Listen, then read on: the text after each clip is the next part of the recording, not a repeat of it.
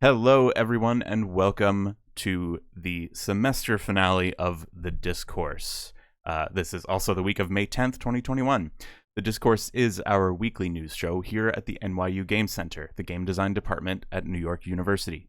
Each week, Professors Frank Lance and Naomi Clark talk about game industry news and give us their scorching hot takes. Take it away, Frank and Naomi.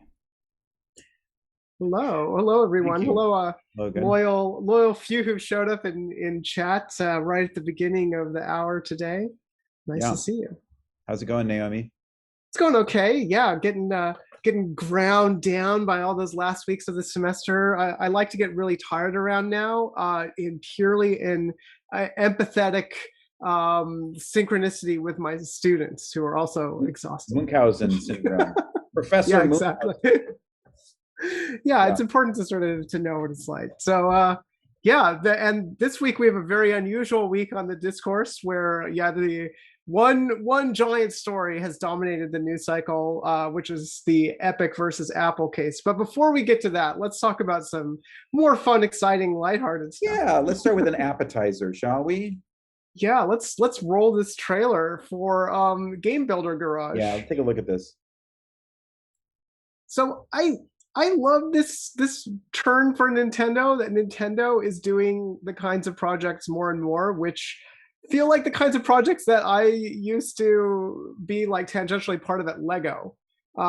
They're creativity applications. They're clearly like aimed at this kind of nerdy, bright kid audience who wants to make stuff like cardboard robots and games. Yeah. And it's hard to know how effective this is as a tool for getting people into programming, giving them access to really useful concepts and skills. But you gotta love to see it. It's right. And I don't know, like maybe that's not the point, right? Like the stuff that they've got in here, it's not necessarily all about like learn the fundamentals of how to write, like an if-then statement. Although that, there probably is some logic possible in there. They're like, when they show this trailer, it's all about like, take some game elements, right? Balance the height of this platform, figure out how to use a timer, like add some other like aesthetic elements like background music and stuff like that, right? Yeah, but presumably it goes deeper than that. This looks like it has not gates and gates and all of the core elements that you would need to actually have a Turing complete right. Yeah, you can definitely software make a lot of different types of games, and that's exciting because to me, I think that there is something really important about the principle within video games that there is that the device you use to play the game, the universality of computers, right, is an important concept. That the device you use to play the games is the device you use to make the games, and this has always been a big distinction between consoles and PC, right? It's the fact that there's a generation of British kids and American kids who grew up playing games on a thing that when it crashed to the C prompt, right? And that produced like the fact that there's a generation of brilliant British game programmers, I think is partly due to the fact that they didn't grow up with consoles. They grew up with whatever the Sinclair, I don't know what it was that they grew up on with British kids, but it was a PC. And then the fact that there's kind of built into the ethos of how companies like id Software and Blizzard, approached making games. That we ship our games with the tools that you need to modify those games. Like that is, I just love that spirit, and the fact that that these don't have that, right? The fact that phones don't have that is the most extreme case of this issue, and the fact that Nintendo is kind of wants to participate in that in their own little walled garden way. I think it's in their own little way. Now it's interesting, like we're going to be talking about all of this, sort of walled gardeny stuff with Apple too, right? Like I don't think this is not the kind of thing that Apple has traditionally been super interested in. I'm sure they probably had some kind of project to sort of, except you have to go back to HyperCard, right? Like HyperCard was just a magnificent example of this type of software. Yeah, it's really true. You're right. HyperCard, Mac, yeah, Apple does have some of this in their DNA. Right. And what's happened, but what has been there really since HyperCard? Now it's really like, no, you have to go through a certification process if you want to execute any kind of code or on our platform of any sort whatsoever, right? So it really changed. And so, yeah, part of the controversy with projects like this is that it is a walled garden, right? And but I don't know, it's also, this one is also clearly aimed at kids. Now, that doesn't mean, of course, that it's going to be entirely used by kids. I'm sure like a lot of people of all ages could find ways of making like really interesting games, and they're not going to be able to be distributed, on the internet and be played on other devices. I am curious about that. That's always a big curious thing. Like, if I make something in Game Builder Garage, can I send it to a friend? Because then the possibilities for collaboration become enormous. That's still a kind of walled garden. But to me, this is somehow a little bit different than Dreams, right? The idea that people were making things in Dreams that could never leave Dreams somehow bothers me more than looking at Game Builder Garage. And maybe it's because it is so much about its native, it's an experience that's clearly just for the Switch. Even though Dreams, I guess you could argue it's the same thing with PlayStation, but Dreams games feel like things that you ought to be able to play on a PC, that ought to be able, like any artist should be able to make stuff with Dreams and sort of go outside of it.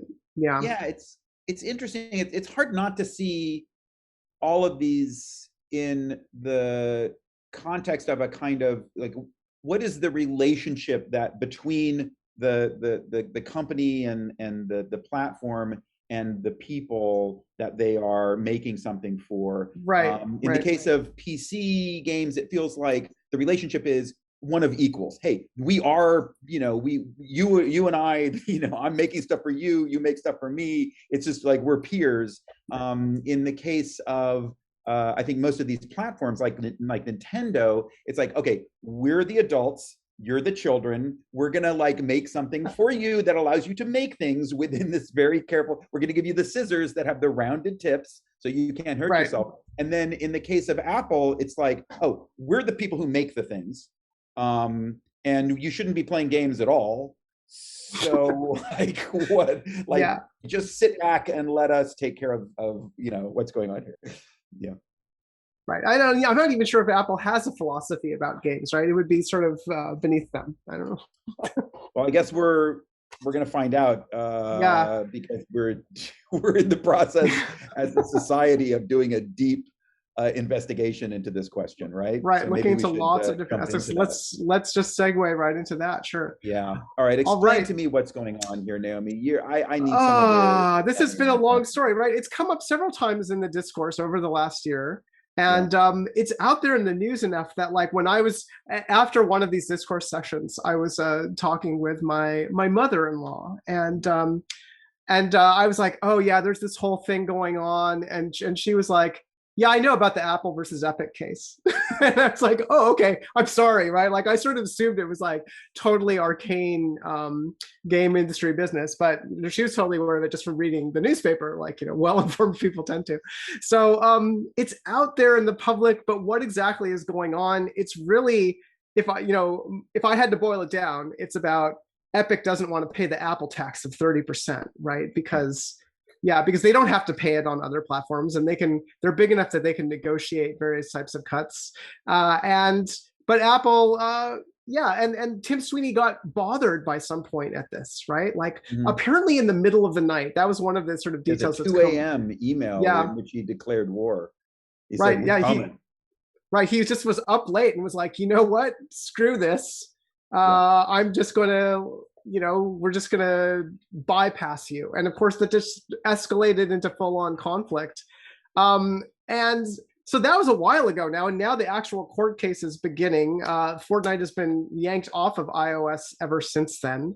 At the end of the day, Naomi, am I right in thinking this is an antitrust case? Is that right? This is about monopolies. and Right. whether Yeah, I think Apple's in a basically it position of, is. yeah, to be attacked from an antitrust perspective. Yeah, I think that's a fair way of characterizing it, because what Epic is arguing is that iOS is a market unto itself, even though Apple is also, of course, the manufacturers of that, of iPhones and iPads and so forth. They're also restricting access to it, to be people being able to sell on that marketplace, and they're basically arguing in court, look, this is not the same market for software as Android or any other phone OS that might exist. Like, I can't even think of one, right? Because it's like, so I'm sure Blackberries. Sidekick OS. Yeah, sure. Sidekick OS. It's not the same market as that, and it's not the same market as consoles or the open platforms of PC and Mac. It is its own thing. And it's not comparable to Android. And so if Apple is acting as a gatekeeper to that, that's a monopolistic practice. Now, the legal experts' forecasts of this are basically like, yeah, it's probably not going to work. From a legal perspective, the judge is not likely to say, yes, I think this is bad for the consumer, that there's and this is a monopoly, because judges tend to look at these monopoly cases from the point of view of like an average consumer and whether they're being denied the chance to really choose. What kinds of software they can get, and that's being restricted by Apple being like, no, pay us 30%, no, let us inspect everything really closely and make sensory decisions about what's on our store. I think Apple is making a pretty strong case that, no, we're protecting our customers in all of these ways. That's their constant line, right? They're like, we need to maintain an ironclad grip in order to protect the poor customers from all of the depredations that could occur. For instance, if they opened Safari and looked at a web page, right? Which Apple would ideally not even like them to do that. But but it's sort of ironic that, yeah, they're protecting people from things that are on the internet by having this walled garden. So do you think that strategically, Epic doesn't expect to win the case on antitrust grounds, but thinks that the public awareness of these issues will drive Apple to change their policies? Do you think that's what they're hoping to achieve? I think it's something like that, right? I think they're trying, and this will come up again when we get to another one of the articles later on. I think in Wired this week, they're arguing, look, this is a war for hearts and minds that Tim Sweeney is trying to wage, that he's trying to sort of sway public opinion so that people see Apple as a bad guy that is restricting their ability to actually enjoy things more. Right. And that you shouldn't. He's one of the first people to really, in this declaration of war, try to burst the bubble of Apple is sweet and wonderful and everybody loves Apple, right? Like, of course, there's been sentiment against that for a long time, but mostly Apple has prevailed, right? And being like, look, Apple's basically good, right? We make everything nice. It's all beautiful and you don't have to worry about it. Sweeney's trying to make a case that that's not true, at least for games.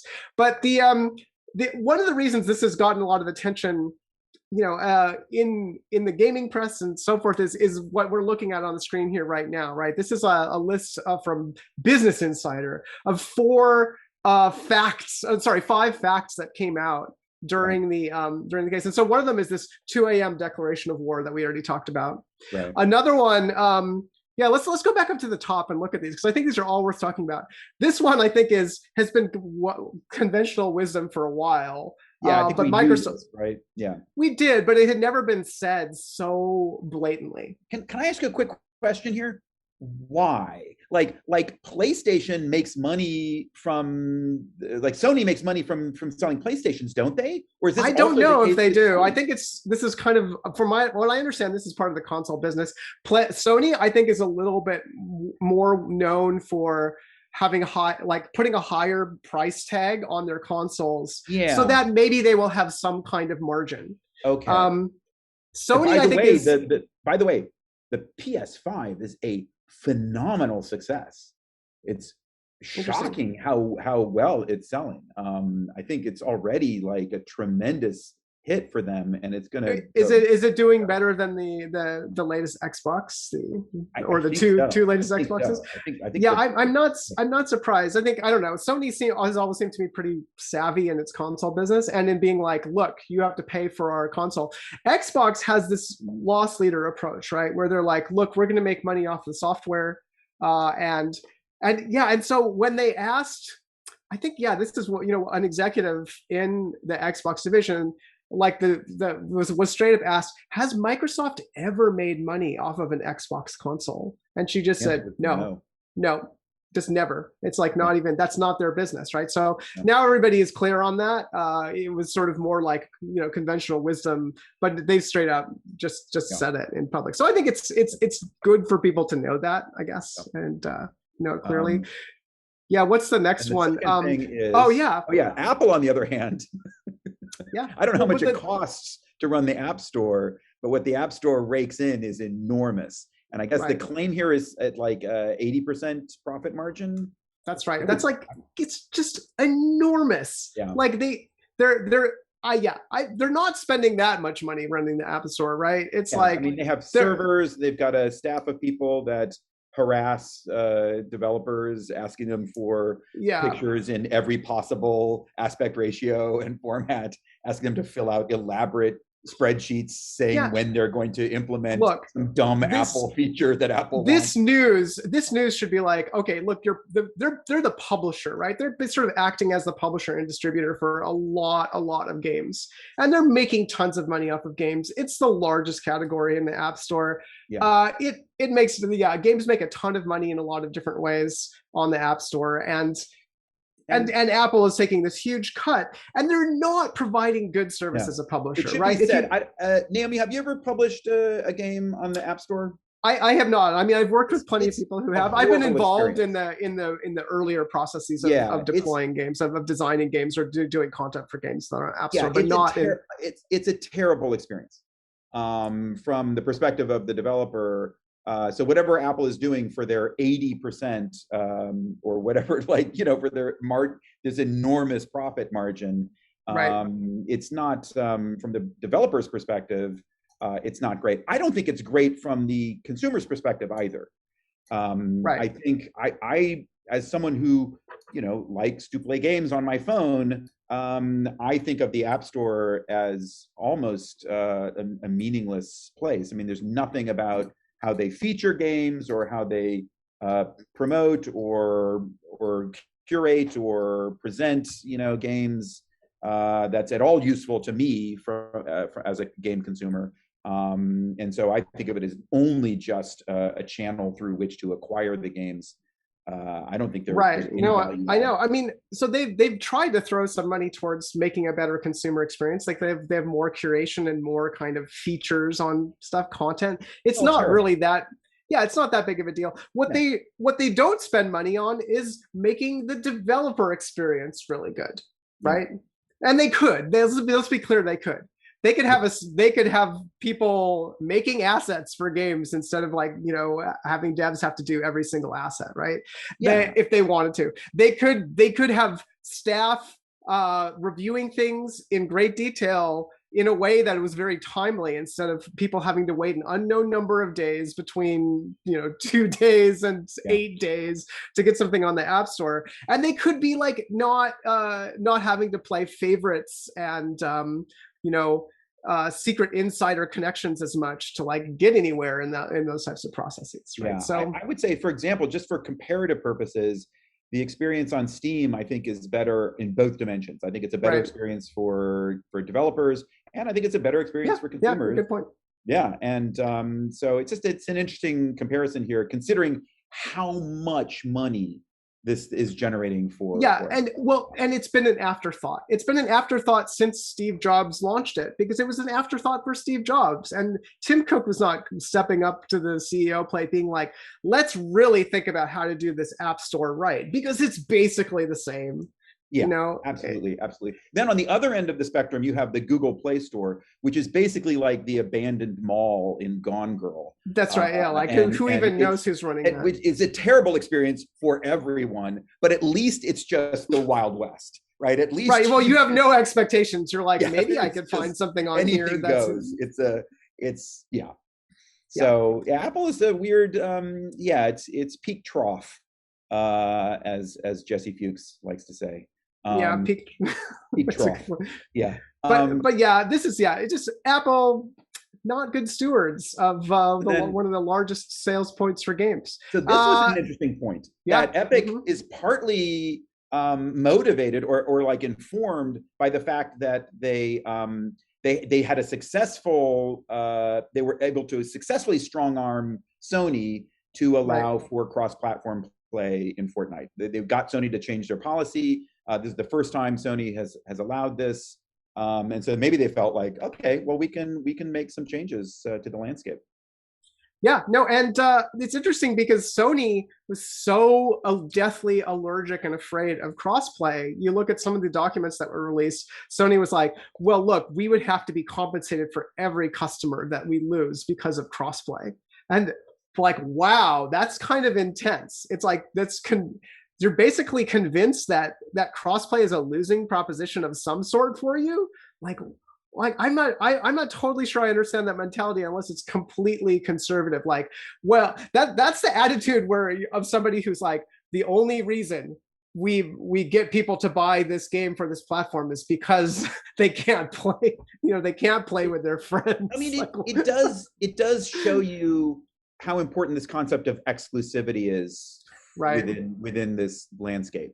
And there are these things that are in tension. One of them is this idea of exclusivity, and that you can lock people in to a channel and benefit that way. And then which is in conflict with everything else that's happening in the world, with this overlap of different services that are all kind of like merging and blending. I'm trying to understand the logic here, though. Like, if you enable crossplay for people who are on the PlayStation, it's not like, I just don't get it. It's like they're imagining that there's somebody who has an Xbox who wants to play with their friend on PlayStation, and they're gonna buy the PlayStation version of Fortnite just so they can play with their PlayStation friend. Those are the customers that Sony's worried about losing. And like, exclusivity is one thing, but Fortnite's not an exclusive. It's definitely not going to be. There are some games that are just not going to be exclusives, and Sony knows that. So, but they're afraid of of broaching their walled garden in a way that would somehow say, well, it's okay if your friend is playing on Xbox, when really they want everybody to be like, no, it's not okay that your friend's playing on Xbox or on a phone. I think they have to be playing on PlayStation. They see this as a crack in the wall of the walled garden that eventually will lead to an erosion of this kind of fictional thing that there are these borders between platforms that require you to have a specific device to play a specific game. Right. And really they need a new metaphor. They need a new metaphor that's somehow permeable, right? Like, it's not just a one-way gate where people come in and they're in your ecosystem and they never leave. That's just that's a stupid metaphor. Maybe something about poetry, like it's a certain kind of verse, like that it's a higher level verse. Oh, and a metaphor verse. Some kind of I can see where you're going there. Poetic metaphor, like a meta verse, something like that. Maybe somebody a brilliant literary mind like Tim Sweeney could come up with something from literature that a space that is cyber. I don't know, something. But yeah, the answer to some questions from chat. Yes, Sony did make Epic pay. Yeah. For crossplay, like almost maybe on a per customer, and of course it's clearly worth it, right? Because they're making billions of dollars, and a lot of it is coming from PlayStation. So yeah. But then I think the fourth thing here is, in fact, that's the 2 a.m. email. Yeah, we talked about that. It's like really mad. And then this was the fifth one here. The third one actually in this list was just that Fortnite was profitable. We already knew that. Fortnite is making tons and tons of money. And then this was the point about Epic, about crossplay. Force Sony to do crossplay. So this is just all the stuff that is being turned over, and along with this, there's just been a lot of moments that are sort of surreal for people who spend a lot of our time thinking about games, right? Like, please define what a game is for the court. On the witness stand, Tim Sweeney was asked, "What is a game?" And oh man, his answer. I kind of loved to see it, honestly, because he was like, well, it's an activity that leads to a win or a loss or some other kind of outcome. And I was like, some other kind of outcome. And that's it. You left the door open for all of the horrors to come in. It's so funny to see these issues, which for people like us who make games, think about games, Right. teach games, talk about games and game design, the topic of, what is a game? Like, can you have an explicit definition for game that is useful as a cultural category? Is this kind of long-standing, really complicated and interesting issue, right? Sure, yeah, for philosophers too, right? Like sort of grappling with this like particular one. Yeah, Wittgenstein used the word game as an example of how complicated and difficult definitions are in general, right? He's like, use the word game to demonstrate that this fiction that we have, that words have explicit and clearly defined meanings, right. Is just not the case. Like, instead, what they have is this very messy set of associations, and we use them, and they have these overlapping family resemblances, but what we act like there are these very precise tools that we can use to communicate meaning in a very clear way, and in fact, that's never happening. And now we get to see this. Well, except in a court of law, right? Road, like a court of law is a place where there absolutely is a pretense that has very real material consequences for people subject to its laws about like how a word is defined, right? So we sort of can't get away from that either. Like, I don't know if the exact definition of game makes that much difference for Epic versus Apple, but they brought it up in that context because they were like, we have to be clear what we're talking about. And Tim Sweeney was like, Fortnite's not a game, actually, right? Like, that was part of his whole shtick, right? Which is, and he says it's a metaverse, not a game. And his definition of the word metaverse is also not the same as Neil Stephenson's, right? Because Neil Stephenson's definition was like, the metaverse is just all of these different services. When they interact, it creates this big space, and it's VR. Tim Sweeney is like, well, it's not VR, and it's not everybody. It's my game is the metaverse. Metaverse is Fortnite when Post Malone is doing a concert in it, That's right. It's like everything comes into Fortnite. That's the metaverse. Like, it's the inverse. It's the inverse of what the word meant before. It's hard not to look at this and just want to kind of make fun of it, like, oh, the old people are talking about video games and they have no clue. But I think it's genuinely interesting to see these different archetypes, right? You have different kinds of people with different agendas and different backgrounds, different contexts for how they see the world. You've got gamers and game developers who, do, I think, by and large, tend to see the world in, with using the framework of systems and rules, and understanding, how those things fit together mechanically to produce certain outcomes. And then you have lawyers, right, who also see the world in terms of systems and rules in a different way, who are used to looking at the ambiguity of language and trying to carve out a more kind of precise, logical, consistent syntactical thing. So those, in a way, kind of dovetail. Then you've got elected officials, and I'm not sure how they fit in. Like, did they also want to see, or are they more attuned? A lot of them are lawyers. Let's just put so a it lot of them are lawyers. There's definitely an overlap there. And some of them are gamers now. But I do think that there's less of this desire in politics to get at a kind of consistency and precision. Right. And there's more of an attunement to the ambiguity of these kind of overlapping meanings, because I think that's what politicians do, right? They have that's part of where they make their money, is in the ambiguous mess, right? Yeah, that cannot be covered by and lawyers. Then they try to like say things in a way that will get them elected. But like there's a huge difference between policy wonks who are more like lawyers. That's right. And most of, I think, politicians who are doing something else. Like they're and, not really and trying to pure craft. demagogues at the other They're a end. little bit more just like, okay, I'm going to surf on the sentiment, of this overlapping set of messy desires and confusing Right. words, and I'm just going to try to channel it towards me getting reelected. Yeah, and we are on the precipice of the political world just paying more and more and more attention to games and to cases like this and to metaverses, right? It's just going to escalate over the next couple of decades. So yeah, be prepared to scream more. There's some comments in chat about like, Milan is saying, is this the dying gasp of Epic as it's assimilated into Roblox? And it might be the case. Actually, so we're going to come back to this topic, but hopefully before the end of the hour. But Roblox kind of is the model that like both Epic and Microsoft are following, and probably. Who owns Roblox? Can you give me a little corporate landscape? Do we know? Is Roblox it's like Roblox Corp. Is Roblox owned by Tencent or Mattel? Well, I was right. It was Roblox Corp. I actually exactly correct. It's Roblox Corp owns Roblox. It was founded by David Baszucki and Eric Castle.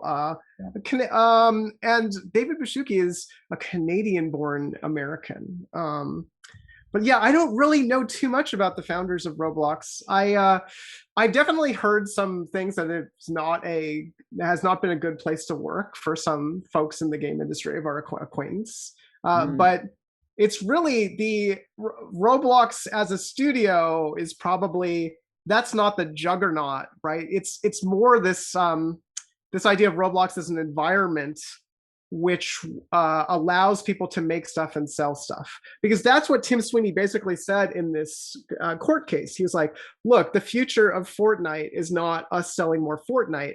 It's economies within Fortnite. It's players, users making things within Fortnite and selling them to each other. He's jumping straight ahead into the like Second Life phase, right? So let's dig into this metaverse question, Naomi, because I think this is really, not only is it amusing and funny because that it comes out of science fiction and it's used in all these complicated different ways to mean different things, but like there is at the heart of it, when I think of the metaverse as it existed, in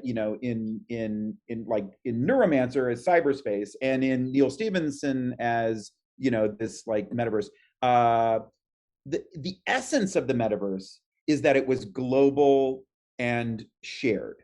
Is that not right? You don't have a bunch of that's different what that's what Neil Stephenson meant. Neil Stephenson was really thinking about things like HTML in the Tim Berners-Lee sense, right? Like and the web in the Tim Berners-Lee sense, where it's like we agreed on some shared standard by like a neutral body decided, like the United Nations of the internet, like said, okay, here's how it's going to work, and then everyone just used it, right? So in some ways, the Stephenson's idea of the metaverse is just the web, but it's a space that's in VR, right? It's like not that much different than just that. For the metaverse to exist, it has to be a set of protocols and a set of standards, and it has to be open and shared. Like the idea that there's going to be like that Fortnite is a metaverse just because it has concerts in it, or but look, this is the difference between Snow Crash and Ready Player One. Let me just put it that way, and the quality difference may be similar too, right? Ready Player One is predicated on the idea that Richard Garriott created the metaverse, right? That is the fantasy of Ready Player One. He's like, Richard Garriott just made and owned the entire metaverse and like created a new internet. Then everybody left the internet to go to Richard Garriott's private internet because they loved it so much. See, that just seems stupid. It is. It's really stupid. Okay. I was trying to do a quick check. All right. Yeah, no, it's terrible. I read this, like, this is the beginning of Ready Player One, and I was like, this is just a nightmare. Why would anybody want? The meta part of the word metaverse refers to the fact that it is a global shared thing above all of the fragmented servers, universes, little universes. Offerings, that's right. That there's a universal thing that connects them all. And that maybe it's 3D or immersive or something, but so it's interesting that Tim Sweeney hasn't quite thought that through, or maybe he wants to own it. He wants to be like, okay, what if we could build it from the other way around, right? Like that's all of these dudes that they what they want is to be able to make that happen, but Okay. from within a seed that allows them to own all. It's not that different from nation building, right? It's like I conquer this land in the name of Queen Isabella of Spain, and now we own all of this land, so everybody buys it from us. Sure, lots of businesses can come in here and start operating and doing things, but we are the owners of the actual land, no matter who was already there, right? It seems like Tim Sweeney is reading the wrong science fiction. Like, this is why literary criticism matters, right? Like, Yeah, like, it's true. The earlier version of the metaverse in Gibson and Stevenson kind of made sense in a way. Like, you could imagine wanting to have this kind of shared protocol, but like the idea of a privately owned metaverse is a non-starter. I just think it's incoherent. Yeah, I agree, and I hope that no privately owned metaverse ever gets big enough. So Laura in chat pointed out something interesting, right? Which is that there are kids in Roblox who Laura was teaching and who were playing Pokemon inside Roblox in a way that they had never heard of or conceived of Pokemon outside of Roblox, right? And so that is one sign, I would say, of something being an incipient world of this sort, right? That can just absorb other things. Now, the problem is, I don't know, like you can't get everyone to just agree to let you amoeba-like absorb all of their stuff, right? It is a type of process of colonizing the creative space that I don't think enough people are going to go along with. And like, look at Disney, right? They've done better than anybody in recent years of colonizing massive amounts of creative entertainment space, but they can't absorb everything, even if they were owning. If you look at the origins of the internet and the web, what's needed is, I mean, you can't do it from private industry, I don't think. What you need is collective action in the form of like universities, the stuff that was happening in research in universities, and then government stuff like DARPA, funded stuff. Like, that's where the foundations for the internet as a shared protocol and the web came from, and that's what we would need if we wanted to do a 3D version of it. But I'm not sure we even want to do a 3D version of it. Yeah, like, I mean, and there have been attempts of doing that, right? Starting with like VRML and everything, but to have it sit on top of the web. But the question is there just too much money involved now for it not to be just totally infested by people being like, oh yeah, I'd like to build and own that whole thing, please. Well, the money is also a thing that will prevent it. You know what I'm saying? It's not that the money, the money just ends up, causing it to be privately done or privately owned. It also kind of is a thing that's preventing it from being privately done and privately owned, as maybe this case will demonstrate. Yeah, we'll see. It'll be interesting to see what pans out of it. But we should talk about let's talk about itch.io, because that was kind of let's get to the main course of this delicious buffet. Right. This is where this whole world just bumps up right into our sphere of things, right here on the smaller end of the gaming spectrum.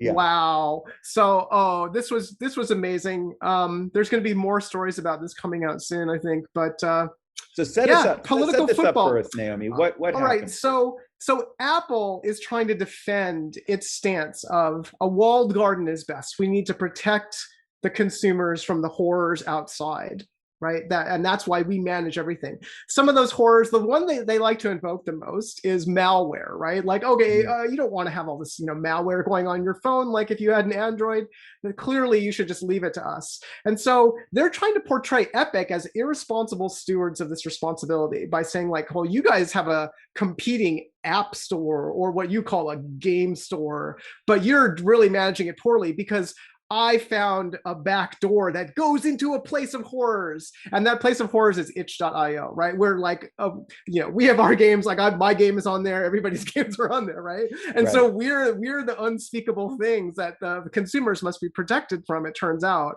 And so, of course, this is hilarious moment where it's hilarious and bad. With saying, look, there are games on here. I can't even speak their name. There are things that is not appropriate to say out loud in a court of law. We can't discuss this. But you can access them from the Epic Game Store, and then the Epic lawyer was saying, well, no, you can't. You can access itch.io from the Epic Game Store, and then within itch.io, they have their own, community, and they have their own standards, and there's a bunch of stuff. It was super contorted on practical, because then the Apple lawyer's like, but isn't that what you want to do on our phones? You want to make it possible for people to download the itch.io launcher onto your phone and then access these games. There's no iOS games on itch.io. How is it that no one has made the point that this is exactly the same as having a browser? Like the iPhone has a browser on it, and with the browser you can access the web and every single thing on the web your iPhone. You want to know? It's because the court asked the question earlier on, what is a browser? What is a game store? And they're like, oh, okay, a browser is not a game store. Therefore, we're talking about two different things, right? This is part of the problem of carefully defined definitions, is then you like put things into boxes, and you're like, okay, well, Apple can't be held responsible for controlling what people see in a browser. But of course, a game store, that's a different story. And like, you could make some arguments about why that is. Like, okay, if I'm buying it through you, then maybe you're making some kind of warranty that it's not going to destroy my operating system, right?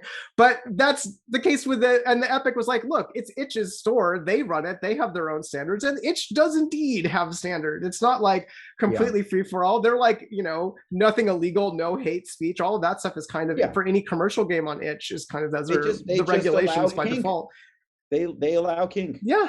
And so, of course, this is also just a slap in the face from Apple to like every marginalized community, whether it's in terms of types of games that you make, or that you make games with sex in them, or you're LGBTQ person talking about your own experiences. Like, Itch has been a home to like all sorts of games and creators that Steam has like looked a little bit askance at, or had problems with approving because of their like censoring Robert Yang's games or something, right? So Itch has provided a service to the entire community and industry. Let's be clear, like all the way up to Apple, even though they have no awareness of it, because Itch is taking care of everyone who's making small games, or games that are too weird for like the business concerns to really want to bother with them.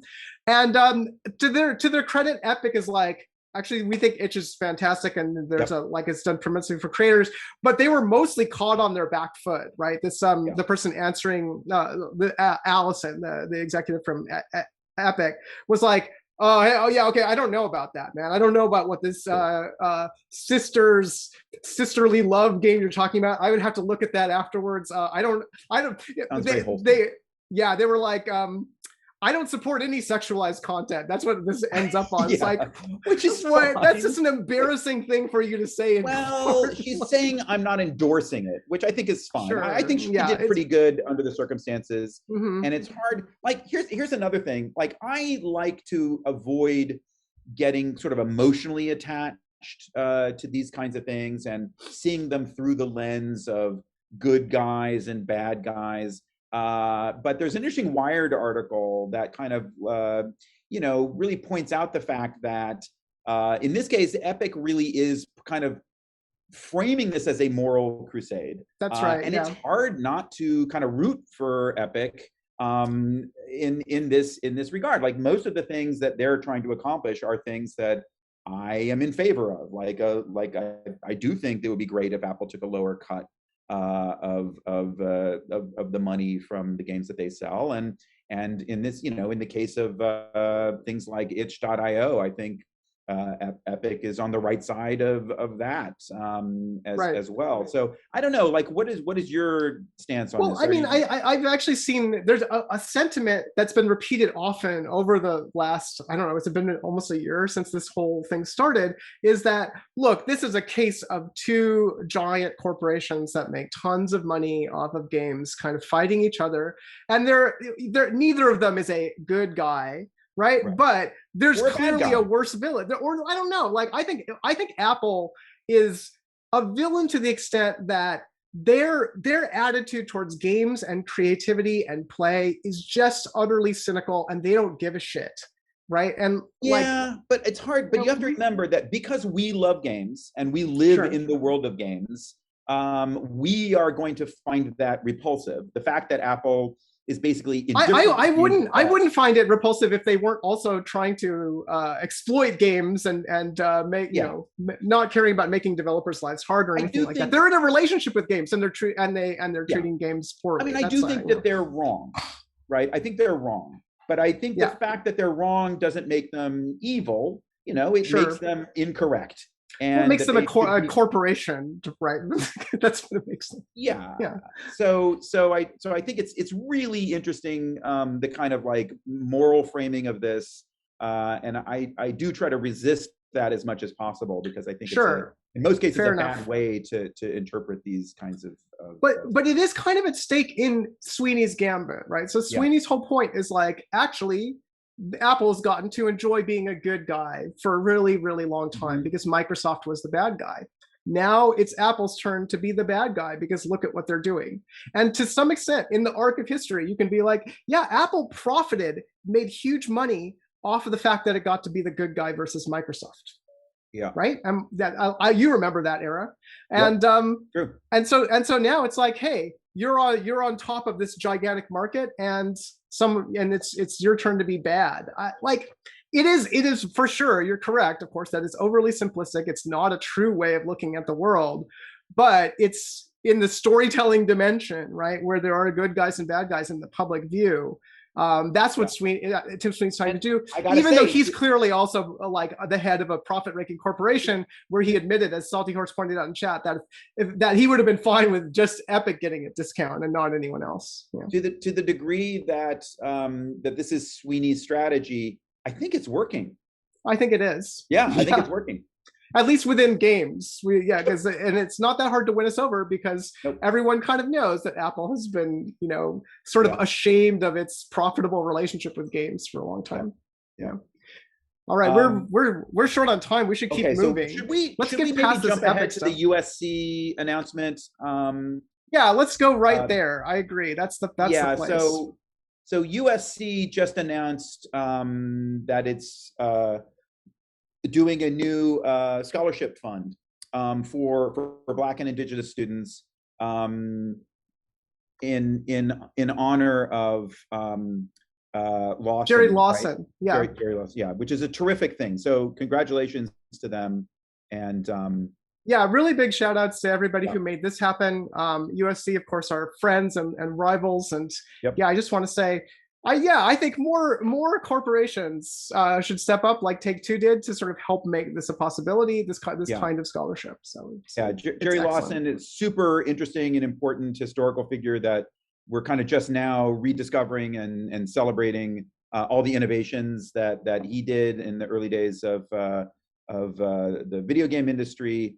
And USC, I think, partnering with our friends at Take-Two. Right, Take-Two Interactive, among others, to help fund this scholarship. So, congratulations to them! A really terrific move. Yeah, and it's for Black and Indigenous students. So spread the word.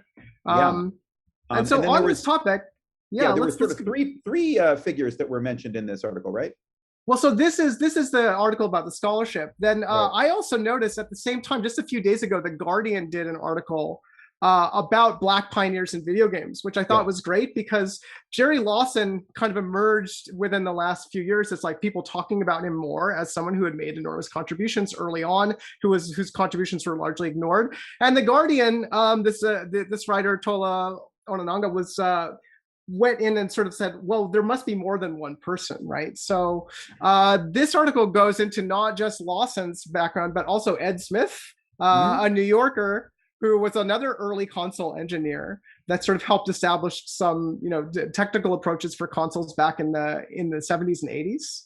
And then, last but not least, I think maybe in some ways nearest and dearest to our heart, Muriel Tramis, who's frequently cited as the first Black woman game designer, and who's from Martinique and made this amazing game about the history and folklore of Martinique.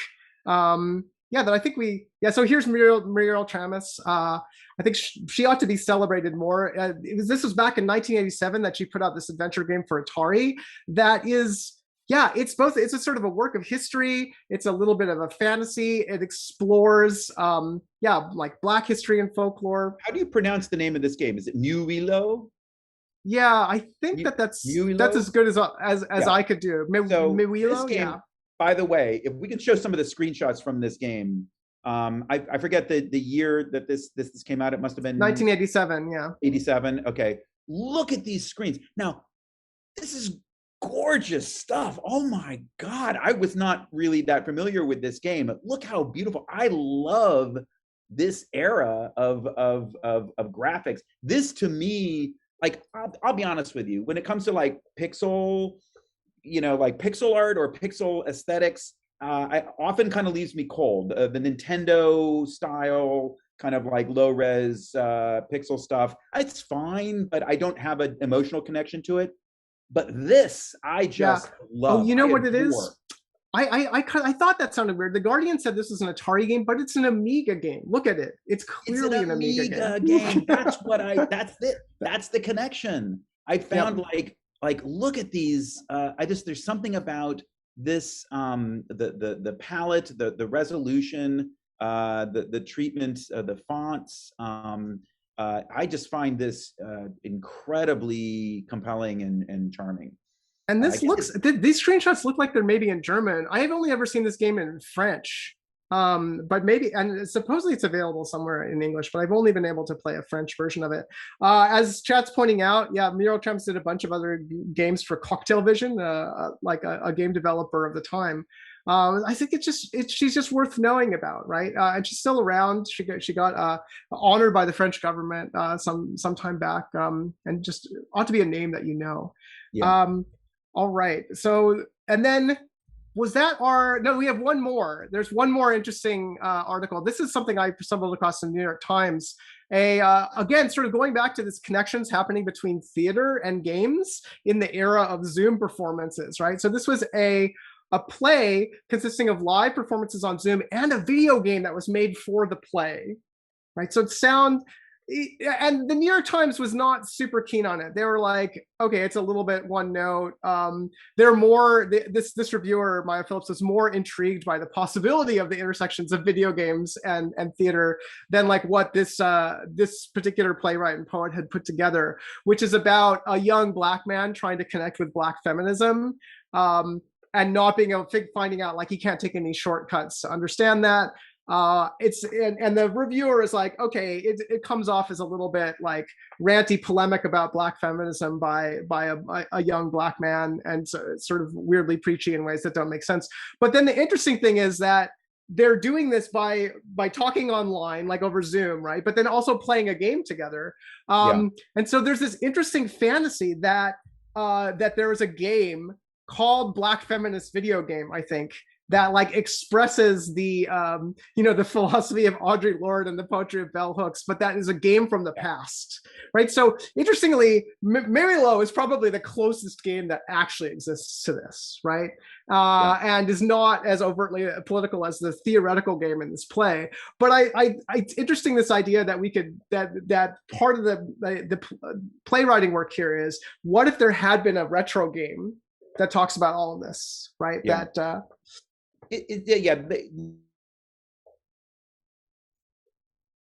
Uh-oh. Did Frank freeze? Did I freeze? That is being written up in the New York Times, right? Oh, wait, we lost you for a second, Frank. Yeah, you're back. Okay. So I was going to say that, look, it's definitely a pan. It's a bad review. Right. But this is very interesting experimental work that is getting written up in the New York Times, which is great. Like, that is a thing that for these people making this strange, experimental, interesting work to have their, and I guess my question is, how do you get your work written up by the New York Times? Do you have any, I think it's the mechanics of how a piece like this gets in. You have to be part of the theater scene, right? You have to be sort of like, people find out about your play through folks who are interested in what's going on in live performance theater during a pandemic, over Zoom and these platforms. So clearly there's people paying attention to this. I think it's just, I always think, like, what about the opportunities? If people who make video games and think about video games were to get involved with people who are thinking about theater and live performance and do actually good collaborations that are very smart in both ways, that seems to be what the New York Times critic here is hungry for. So yeah, there you go. I would like to say maybe we could talk about just briefly about the Medal of Honor developers that won an Oscar for the film that they made. So the Respawn, the folks who make the Medal of Honor games, have this tradition of doing really deep dive research and producing a lot of good materials in the process of. So this is the first link in the bucket, Logan. I can bring that up. Yeah, so they were working on a Medal of Honor VR game, and in the process made this short documentary about one of the surviving members of the French Resistance, and this thing just won an Oscar. So you had the Academy Awards a couple weeks ago. This piece of kind of archival research material that Respawn developed as part of the process of making a Medal of Honor game was so good. It was this beautiful little documentary about this woman who's a hero of the French Resistance and a wonderful character, and ended up winning an Oscar. Yeah, that's fantastic. I mean, you love to hear about this kind of thing. Another. So when we think about this larger issue of how games connect with politics, how they treat the topic of war, and like this is a kind of different example, right? Where they took like it kind of, I don't know, there's something about the format of a documentary film which allows it to engage with its subject in a profoundly different way. Right, and maybe even a complementary way. I mean, I've worked with documentary filmmakers on video game accompaniments before. It's a sort of an unusual pairing, but I think it can really work. And I don't know, I think it's all part of the process of, video games not just being this insular world. To me, this is the more interesting kind of metaverse, right? It's not like we made a big server and then we had like Travis Scott come and play a concert in it. It's, hey, actually, the tendrils and expansiveness of games and the way they can intersect with all sorts of other facets of life make games more than just games alone.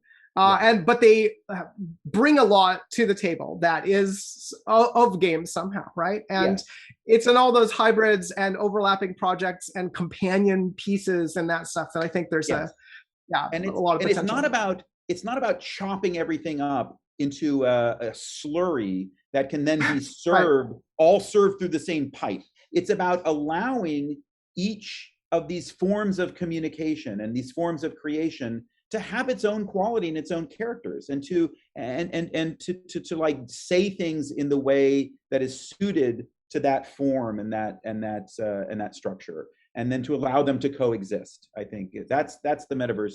I love the way you put it. That's the metaverse that we should be fighting for. Yeah. On that note, I think we're just about out of time. Maybe Logan, you can cue up our theme song, and we will have a nice we'll ring it out, sentimental goodbye to chat for the end of this season. We'll be back in some form. Stay tuned for further discussion. We'll reach out to y'all.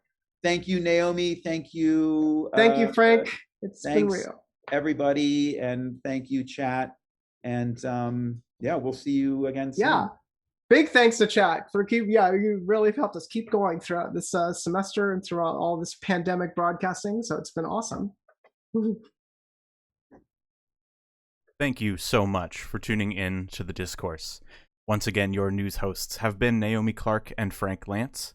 I was your behind-the-scenes operator, Logan Clare. Graphics are by Winnie Song, and captioning was by Mira by Night of Steno Night Cart Services. From all of us at the NYU Game Center, have a wonderful summer, a safe summer, enjoy yourselves, and we'll see you next time.